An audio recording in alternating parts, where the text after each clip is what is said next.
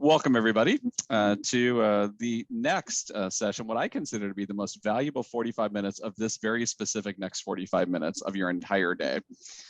I'm Edward Roski. I am CEO over here at Argonaut Interel. Actually founded Interel in 1997 to leave the world a smarter place than I found it. And that's what we're doing with this Hyperion Solutions Conference. I'm also joined with Cord, who was with Cabot Oil and Gas, and then they merged with, remind me who they merged with? Cimarex, yes, to form Coterra. It's a journey a while in the making, but as of a month ago, they're officially one organization. So I'm going to start off by talking about Essbase in the cloud in all of its various different forms. And I know we have some people on today that aren't terribly familiar with the different ways that kind of Essbase is used out there. So I'm just going to talk about it briefly, and then I'll talk about a new offering that Oracle has called Essbase as a Service. From an Essbase standpoint, there are a few different ways you can get to the cloud. And Cord is going to be talking about a route Coterra took, which is Essbase running in what's called OCI, Oracle Cloud Infrastructure. There's also Essbase's service. There's freeform applications inside of Oracle EPM. But what is Essbase? Why do people care? Well, if you actually go back to 1992, Arbor Software was founded by Jim Dorian and Bob Earl. And they were auditors from Price Waterhouse. Their background was finance. And they wanted to build a database for financial information because they were going in to look at people's income statements and balance sheets and cash flows. It wasn't necessarily financial specific. It was more anything you'd put into a spreadsheet. So if you've got some sort of number with something in the rows and something in the columns, they wanted a database for that. And as such, Essbase, which stands for Spreadsheet Database, Essbase was born. Back in 91, 92. Well, the people they knew how to sell to back in those early days were people in finance and accounting. And quite often back in the early 90s, when there was another spreadsheet called Lotus 123, along with Microsoft Excel, the people that were using those were predominantly accountants. Well, as you all know, everyone has started using spreadsheets over the last 25 plus years. I think my grandmother keeps track of her knitting projects in Excel. But anything with rows and columns, anything with pages, anything with dimensionality is a good fit for Essbase. So Essbase is now used by over 3 million people around the world. Some people don't even know they're using it when they're accessing, maybe it's Oracle Cloud Planning, or maybe it's Oracle Fusion GL Cloud that actually has some Essbase that sits behind the scenes. And it has grown to the level where nobody can really keep track of it anymore. So you start to see it in the sales department, where they're looking at things like flash sales. I think the first flash sales application I ever built was back in probably 99 for Radio Shack. Go look that up on Wikipedia. Radio Shack was looking at by SKU, by store, by day. And it's a lot of numbers. How much am I selling of that SKU? What am I selling it for? And I need to be able to load it up in a matter of minutes. Well, there was a competing product called Cognos that just couldn't handle the volume of data. So they went to Essbase and said, let's do it out there. You could be looking at sales as pipeline analysis. What are my deals coming in? What's my expected close rate? How are my individual salespeople going? What is their utilization? What does their close rate look like? But again, all those are numbers with stuff in the rows and stuff in the columns. We have marketing groups that are looking at things like customer segmentation. What is our market penetration to these different areas? What are our more profitable customers? What are our least profitable customers? At your average organization, 20% of your customers are generating 80% of your profitability, and 20% of your customers are actually costing you money. But do we know who they are? Well, not if we don't allocate all those costs down. And Essbase, because it's not only numbers and rows and columns, it also has hierarchy, is a great place to do that customer profitability. One of the big topics over the last few months, it's kind of interesting. It was really popular in like March and April and May last year, and then we just forgot about it until like a month or two ago, is supply chain. So you'd think, wow, we solved it. We got rid of all our supply chain bottlenecks last year. And then several months ago, a ship goes sideways in the Suez Canal. And it's like, oh, shoot, we didn't solve it. A week later, we get the ship out of the way. And it's like, we've solved it again. Well, now we're back to supply chain crises. So looking at, are your vendors hitting their levels? Are you selling more than you're able to actually deliver? Do you need to have more versatility in how you source and supply? Human resources, one of the first projects I did back in, probably 95, 96 was for Phillips Petroleum out of Bartlesville, Oklahoma, and it was doing equal employment opportunity analysis. Are we giving raises equally to different genders, different races, different veteran status, whatever our areas are we want to analyze, you can do all that in S-Space. But of course, there's finance. You have consolidation, cost, budgeting, operations, you name it. Well, if you look at all of those, you're going to have various different levels of IT support that goes behind the scenes. Well, S-Space has been, if you go back to the way early days, my background is not IT. I have some friends that are in IT. They're extremely nice people, tons of fun at cocktail parties, but we, from the business side, tend to focus on business solutions, business problems. What are the questions we're asking? The IT side is focusing more on security, stability, scalability, keeping everything up and running. Well, in a lot of cases, in the early days, S-Space didn't go through the IT department. It was a business person going off and acquiring it themselves. Well, then a funny thing happened on the way to the forum. It got really complicated over the next 25 years, to the point where it hit the pinnacle of confusing with something called S-Space System 9, where it took a team of people just to install the thing. Well, the pendulum has gone from super easy to hard back over to super easy, because now we have the world of the cloud. So when S-Space first went to the cloud, it came up in something called Oracle Analytics Cloud S-Space Edition, and it was fully SaaS, software as a service, platform as a service. Oracle handled it all for you. They handled your backups, your maintenance, your patching, the whole works. And all you had to do was worrying about was, what is my cube going to look like and how am I going to load it? Well, S-Space has, the pendulum's kind of swung back a little bit. And they said, well, people want, we're going to give them more control of their servers. We're going to make them have to worry about patches and have to worry about maintenance and have to worry about backups. Well, if you look at those people, if you look at those groups on the left side, none of those are IT organizations, and they don't want to deal with their servers, don't want to deal with maintaining it. So there's a new offering from Oracle, and it's called S-Space as a Service. And this is full S-Space cloud. So it's everything from the getting you off of your on-prem world up into S-Space 21C. It's putting on Oracle Cloud Infrastructure. It's handling your maintenance, and your backups, and your patches, and your provisioning, and your monitoring, your scaling, and your performance diagnosis, and your tuning optimizations, handling all that. This is actually a product sold by Oracle. But here's something kind of interesting. When you get it through Oracle, they will handle upgrading you to the cloud. That's actually done by Interel. That's actually done by us. They will handle getting it installed on OCI. That's handled by us. They will handle supporting it afterwards. That's actually done by us. So when you get S-Space as a service from the Oracle SKU that's out there, it's actually a joint offering. What I'm told is the first joint partner Oracle offering anywhere related to EPM, S-Space, anything. So that offering is called S-Space as a Service if you never want to have to worry about your S-Space stability again. So all those standard IT functions, they will be handled with this S-Space as a Service offering. There are two kind of components to it. Component number one is getting you onto S-Space 21C, assuming you're not there already. So there's some migration of your artifacts, your cubes, your data, calc scripts, data load rules, dimension builds, all that. There's some testing to make sure it still connects. Can you get to it through Smart View? Does everything still work end to end? Once it's on 21C, it's making sure that that runs really well on OCI. Now, I want to be clear, as we're going to talk to Cord in a little bit, you don't have to do this route. You don't have to go S-Space 21C. You could do more like Cord did, where I was like, okay, I want S-Space, but I want to run it on OCI, and I'm going to handle it myself, or I'm going to send it off to Interel to handle or something. But if you bundle it all together, it's what we're calling S-Space as a Service. If you do this, there's a initial kind of one-time charge to kind of get everybody up there in S-Space running on OCI. From that point, it's just a monthly subscription charge. Actually gets bundled together right along with the cost of S-Space. So it's all that 24/7 dealing with your server, so you don't have to deal with your server.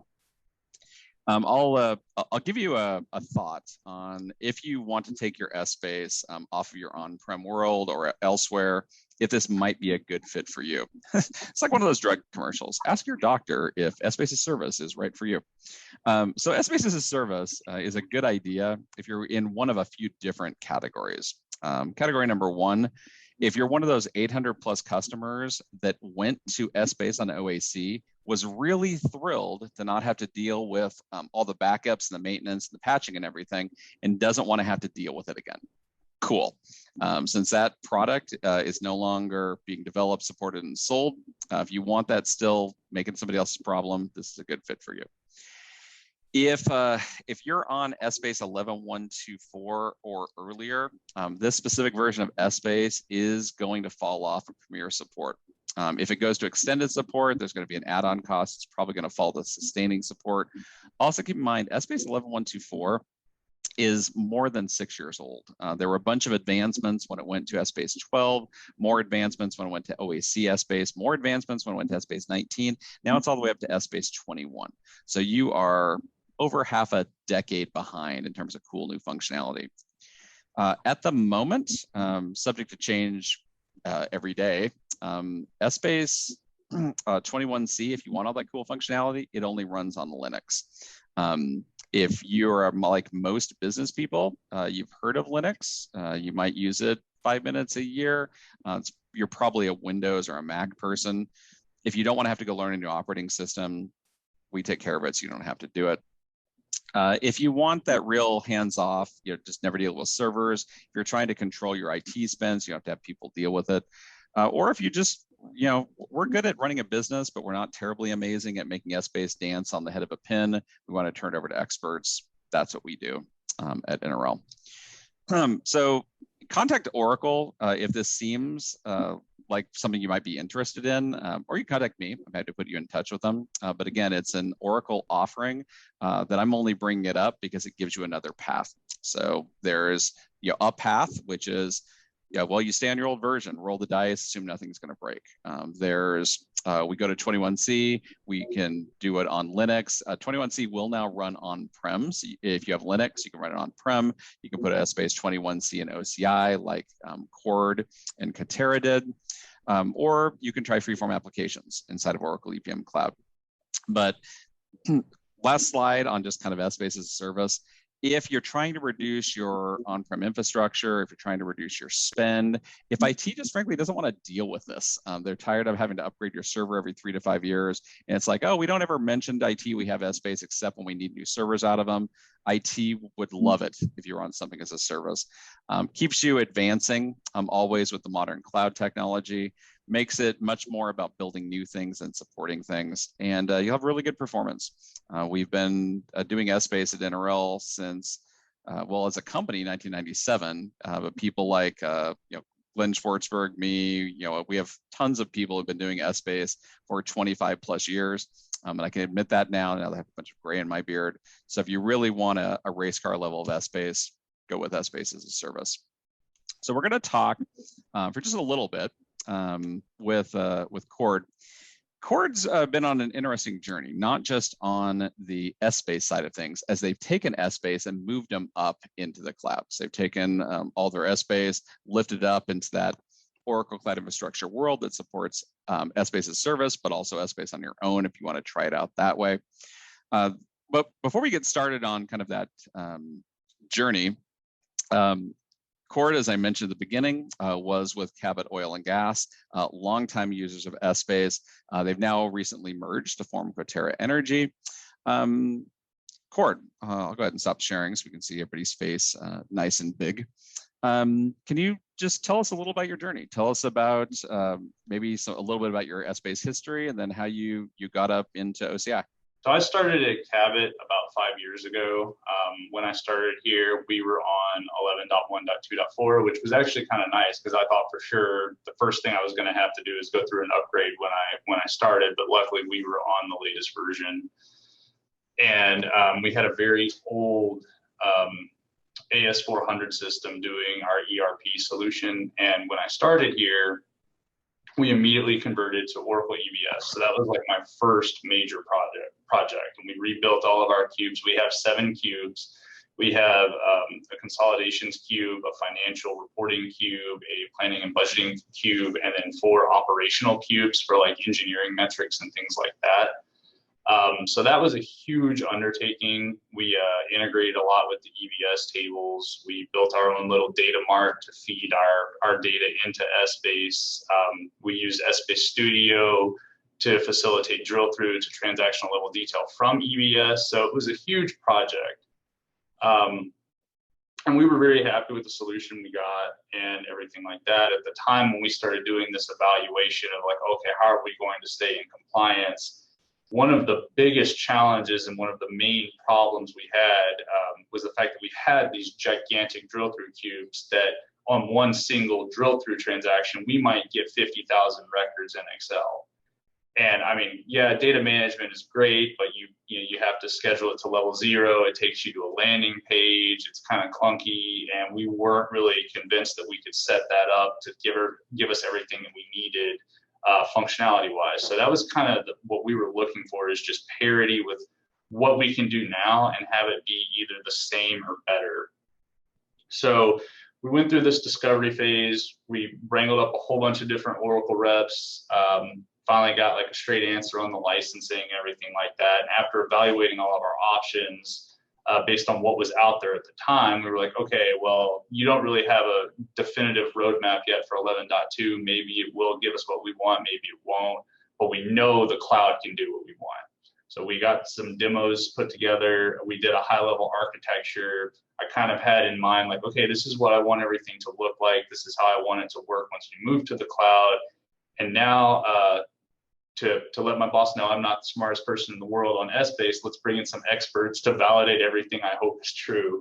And that's when we reached out to Interel to do a technical assessment for us. And so they came on site, you guys deployed, looked at our everything under the covers and how we were managing stuff, what our processes were. And luckily the recommendation was exactly as I was hoping. They didn't make me look like an idiot, and we decided like, yeah, you know what, cloud is definitely the best way to go here. And so that's kind of how we arrived at where we are now.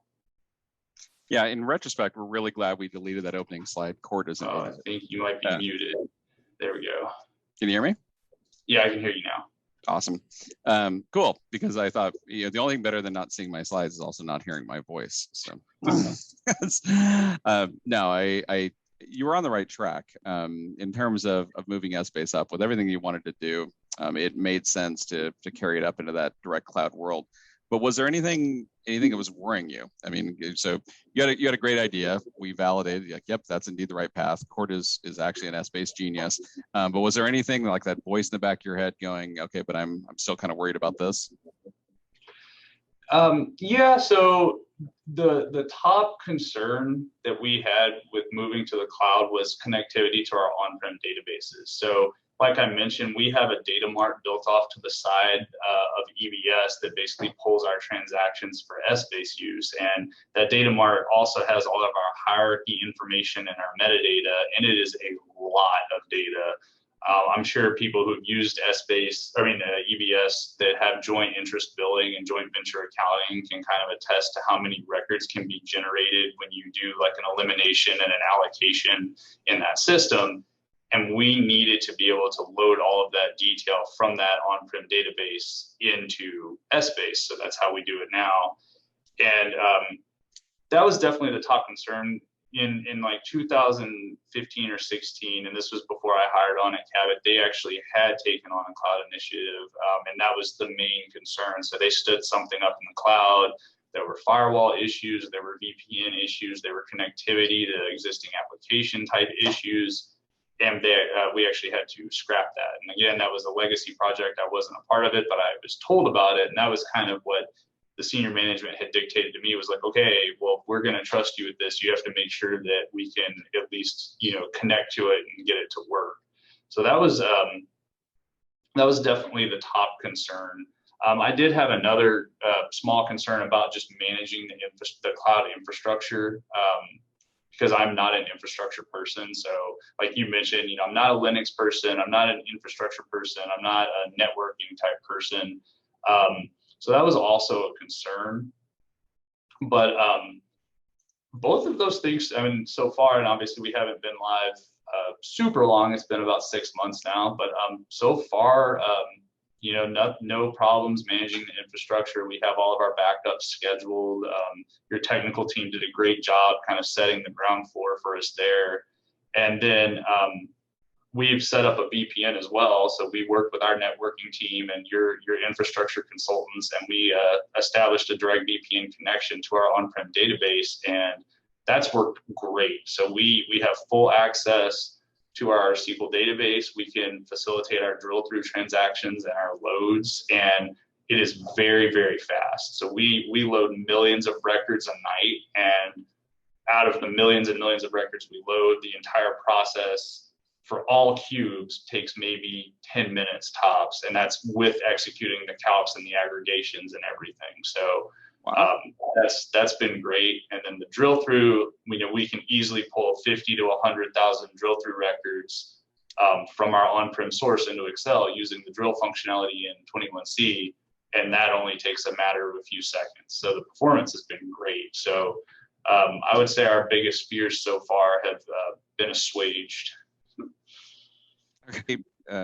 In terms of your on-prem world, I mean, it was a couple seconds for your drill through there and kind of a couple seconds across. I mean, users are just as happy with the cloud as they were with the on-prem world.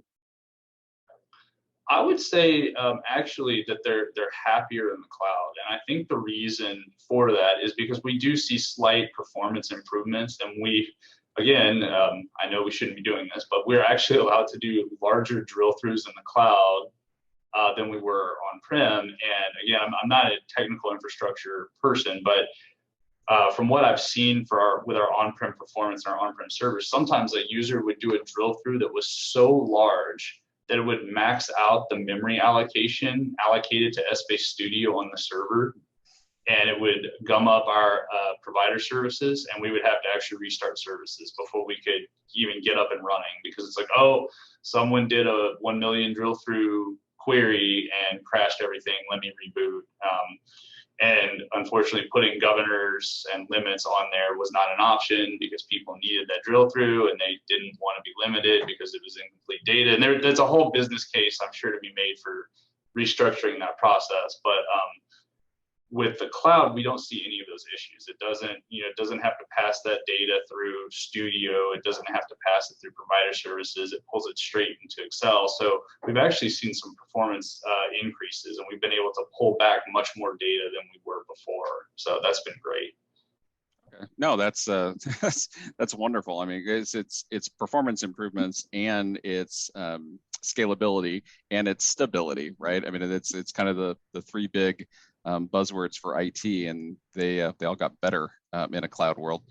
My follow-on was going to be like, well, tell us areas where performance has actually decreased, but it sounds like everywhere it's gotten better. I mean, total load time 10 minutes or less.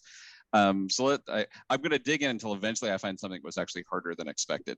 Was there anything during the migration where you thought, okay, well, this I thought was going to be pretty straightforward, but it held us up a little bit?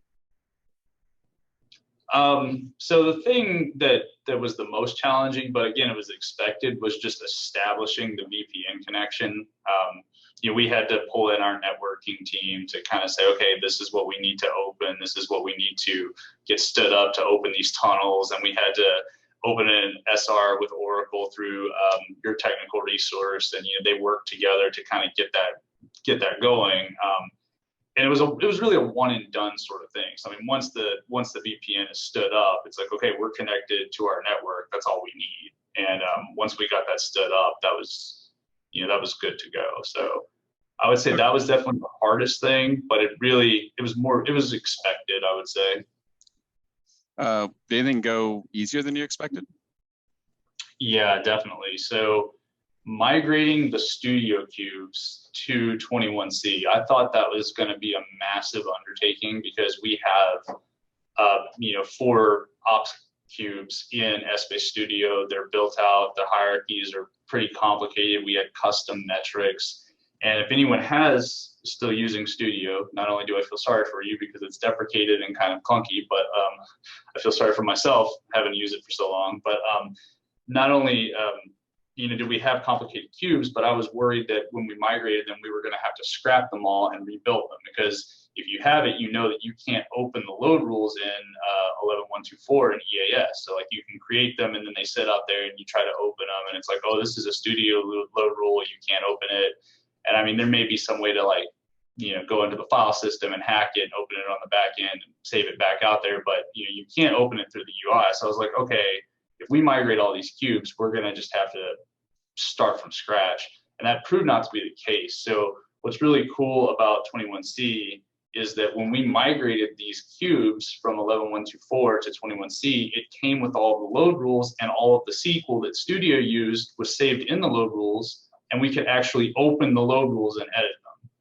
So it wasn't a complete rebuild. We did consolidate a few of the load rules because Studio gets a little load rule happy, and there were ways to combine them all and make them more efficient and stuff like that, which was that was a big win. Actually, we consolidated our giant load rule pool down to maybe like 4 or 5 when we had like 10 or 12.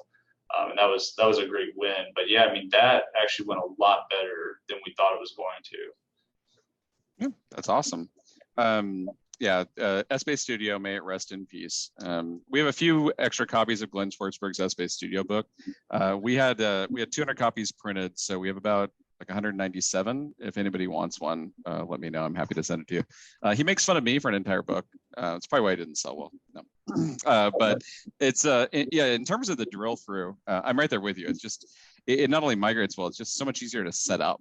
With 21, I think giving credit to Essbase Studio, I do feel it kind of led to that journey, because if you remember, before Essbase Studio was, what was it? Essbase integration. Oh yeah, this was integration server. I think it was horrendous. So Studio fixed a lot of its problems, and I just view 21C as kind of just that next evolution of it.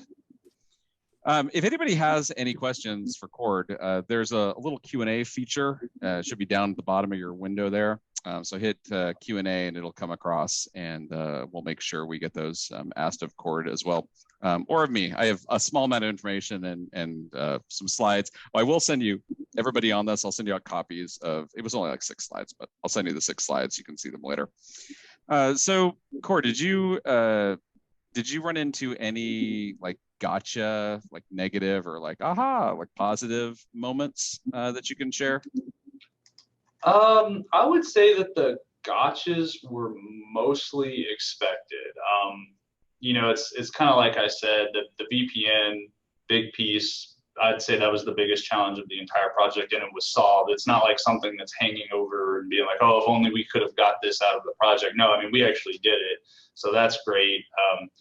The one other gotcha, like I mentioned, so you do, like you mentioned earlier, if you're not comfortable having infrastructure in the cloud and you want more of an Essbase as a service sort of thing, then you might have to look at different solutions, because this is a full stack on a Linux box. So you do have to patch it yourself. There are OS patches that you have to apply to the environment. If you want to patch up your environment, you have to release you have to download the O patch and upload it through Linux. And if you want to upgrade versions to like 22C or whatever the next iteration is, it seems like you have to spin up a whole new stack and go through a migration. So that is one thing that I hope in the future Oracle improves on, and it sounds like they're already working on it with you guys. So that's great. One of the aha, like positive moments that we saw was, so I mentioned earlier that we have a huge batch of FR reports that we send out nightly, like books and reports, and we have those on a batch, and we save the snapshots off to a repository and people access them. And that nightly process took about 2 to 2.5 hours. And we have a lot of reports. That sounds excessive, but we ran like 20 to 24 books a night, and some of those books have 200 pages in them. So, I mean, it is a big reporting package. And that was taking 2 hours on-prem. Once we moved all of those reports to narrative reporting and hooked them up to the 21C cubes, that reporting timeline went from 2 to 2.5 hours to about 30 minutes. And we couldn't be happier about that. I mean, we reduced our close time by like 2 hours just by upgrading the software. And And maybe Glenn might know the answer to this because he's super technical. And I don't know if it's efficiencies on the narrative reporting side by like issuing more efficient MDX, or if that's just efficiency on the 21C side, being able to handle the queries better, or maybe it's a combination of both. But we've seen vast performance improvement in that space, so that's been great. So I just promoted Glenn to a panelist, so he can answer that one. Okay. Glenn, do you know why it's faster? Oh, that's a really good point, Glenn. Now he's on mute. Maybe I'll come off mute like in a little bit. So we've had a few questions come in from online. One, this is from Tim Toe, CEO over there at Applied OLAP. He's backing you up on this. Essbase 21C drill through is brilliant. So you've heard multiple people advocate for it now. I'm going to take a couple of these questions and kind of combine it into one. In terms of like the scripting you had, you were doing it on-prem, like you're doing it through Maxell or? Maxell and batch scripting, yep. Okay. Did anything functionality you lost in Maxell? Anything kind of went backwards? Other than repointing it, was it fairly straightforward to bring it across? Yeah, I mean, that was really straightforward. So, I mean, you can still issue, so I see a question that 21C does not have Maxell script options. No, we can still issue Maxell against 21C. Yeah, I think that might be some misinformation that relates to like Oracle kind of EPM cloud, like that sort of thing, and kind of some more ratchet down scripting. But yeah. And then I've seen confusion too about like CLI. Some people I've seen like, oh, the CLI replaced Maxell, but that's actually not true. CLI is what you use to then issue the statements to with Maxell. So. Yeah, for anybody that doesn't know, Essbase CLI is a Essbase command line interface, kind of a wrapper for the REST API side. Welcome to our third panelist, Glenn Schwartzberg. Any thought on Cord's question from before? So 21C or narrative reporting is better in the way that it sends the report requests to Essbase. I don't know that it's Maxell. Or if it's still the old report scripting. I don't know what they're using, to tell you the truth, behind the scenes. And Maxell definitely is usable. And in some cases, it's preferable over SCLI. Somebody asked me the other day, and I told them that the answer was yes, because I was 90% sure I'm right, but now I'm going to find out if I lied to them in front of everybody. Somebody asked me if S command is still available in 21C, and I told them I thought the answer was yes. Is that not that you should do it, but is that still correct? There is a client download that you can download that has S command in it. Okay, thank you for backing me up. I was going to go find that guy. Should you ever do that? No. No, yes. Oh, let's be clear. You are so many generations beyond that, at this point. But I remember who it was. But he's like, oh, we haven't modified our scripts in like 21 years, and we're still using S command. I'm like, okay. He's like, yeah, I'm pretty sure that's still there in the cloud. Yeah, the biggest change that Cord had to make in Maxell, or our consultant actually, was that they had to convert the deploy commands from Essbase Studio into straight dimension builds. And they also had to use a new version of Maxell that is secure. The one with on-prem was not secure, where the one for 21C is. Yeah. Good. In terms of new versions coming out for Essbase, by the way, yes, if there's one coming out next year, it's probably going to be 22C.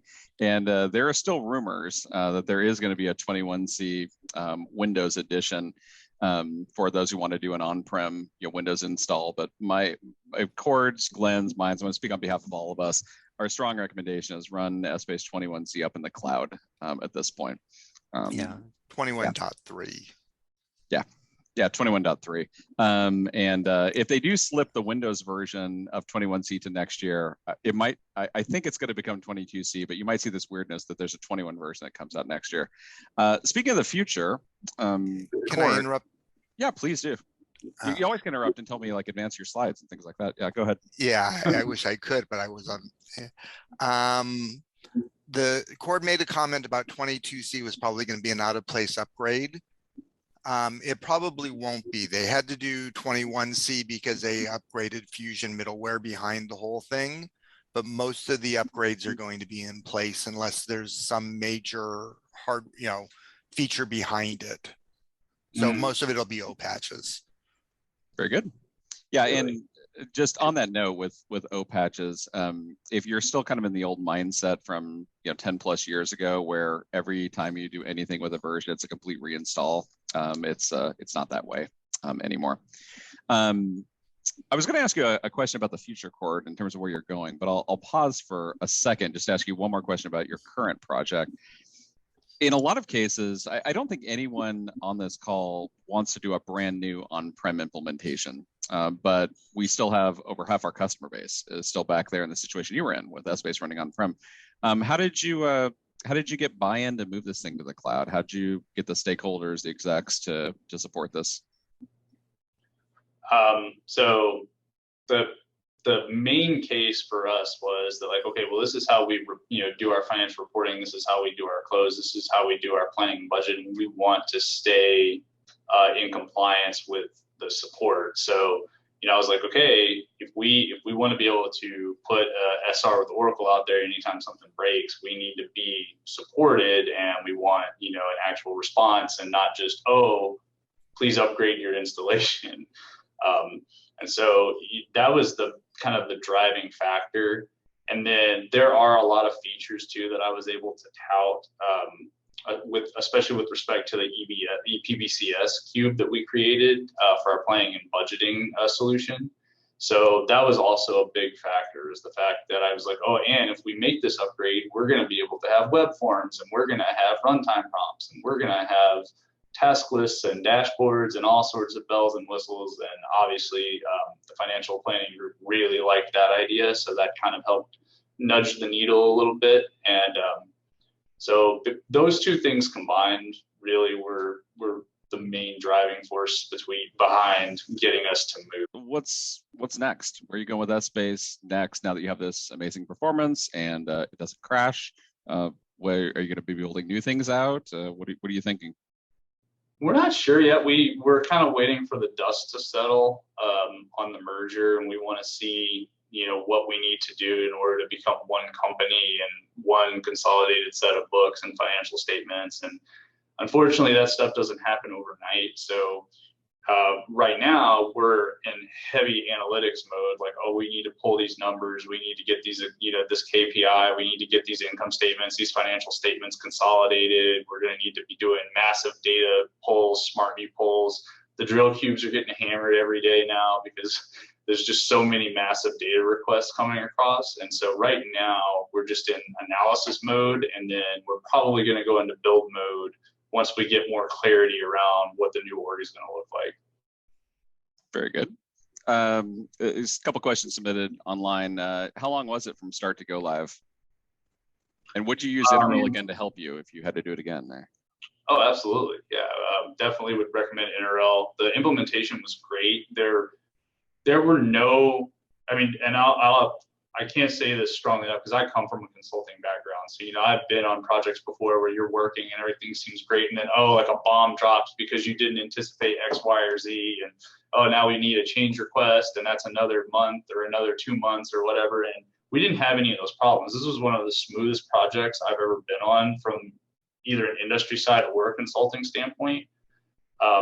We started the project and the ideation around January, and by the end of July, we were considered live. And then from the end of July to September, we ran a parallel with our on-prem systems, but that was just Cabot centric. So Interroll had already done their part and rolled off. And we did that just for the auditor's peace of mind to say, hey, our on-prem was like audit certified. It produced the same results that our cloud did. So cloud should be audit certified too. And that's kind of how we went through our UAT. Was saying, hey, we produced the exact same reports with the exact same results, so we know we're getting the same answers. So it was a pretty quick project. It wasn't, and in that time span, it can't be understated that we took an Essbase cube and turned it into an EPBCS cube. So that was a mini project in and of itself that we were able to complete in that same time frame. So that was great. Awesome. Run out of time, but I'll ask you one or two more of these questions that was submitted. This is an interesting question. So did you have to, since you were going from on-prem hardware to cloud hardware, how much kind of retuning did you have to do to tune your cubes and your calcs and your loads for cloud versus on-prem? Very, very little. We sized our image in the cloud to be comparable to what we were running on-prem. So we looked at our CPU count and we made sure that we had a comparable size load for that. And we haven't really had to tweak anything. It was just a straight, use the migration tool, LCM the cube out, import the cube, set up the data connections and run it. And what we got was what we got. We didn't have to do any sort of, oh man, this cube is so much slower now, or this calc is so much slower now, or these reports are running slower, this smart view poll is running slow. We had to do none of that. So, and I can't say that might change depending on the size of your cube and what you're doing with it and everything like that. But for us, we didn't have to make any changes. Very good. One final question. I'll throw this out to Glenn and Cord. Give everybody one tip. So people are going to go on this journey. They're going to take Essbase and they're going to lift it up into the cloud, either through Essbase as a service because they don't want to just deal with it, want it to be someone else's problem. They'll do it more like you did, kind of moving Essbase up and managing it yourself, or Essbase through Freeform. Give them your top tip since you blaze this path. Cord, and then we'll have Glenn throw his out. My top tip, I don't know if I really have one.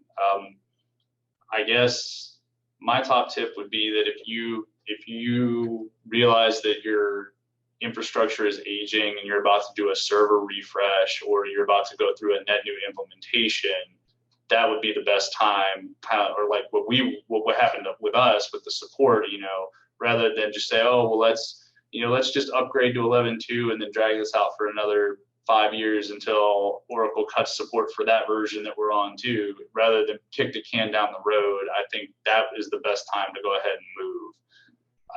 And I guess that would be my tip. Excellent advice. Glenn? No, that was good, Gord.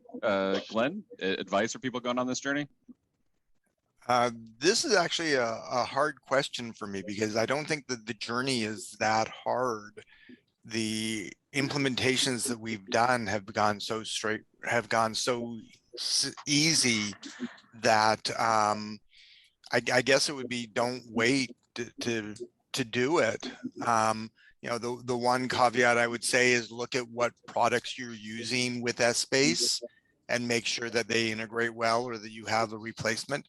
For example, Cord having to go with a EPM cloud narrative reporting solution as opposed to financial reports. So know what your limitations are and know how you can work around them. And my bit of advice, realize you have a lot of options, and understand, of all those paths we mentioned, I mean, Cord and I have mentioned a ton, as did Glenn, over the last 45 minutes. Don't go with what seems like the most straightforward option, because everything has its pros and its cons. And you could theoretically live with what you have and just go off the support and see what that looks like. All the way up to we're going to move everything up to a fully managed world and kind of everything in between, and then multiple paths on how to get there. So get some advice. As Cord and Glenn said, it's an easy journey. Don't wait. Just figure out the right path and then follow it. Thank you very, very much to my planned panelist, Cord, and my guest panelist, who I didn't even ask him, I just dropped him in as a panelist, Glenn Schwartzberg. And thank you to all 60 plus of you who've joined. Have an amazing rest of your Essbase track day. It's great seeing everybody. Thanks, Cord. Thanks, everybody.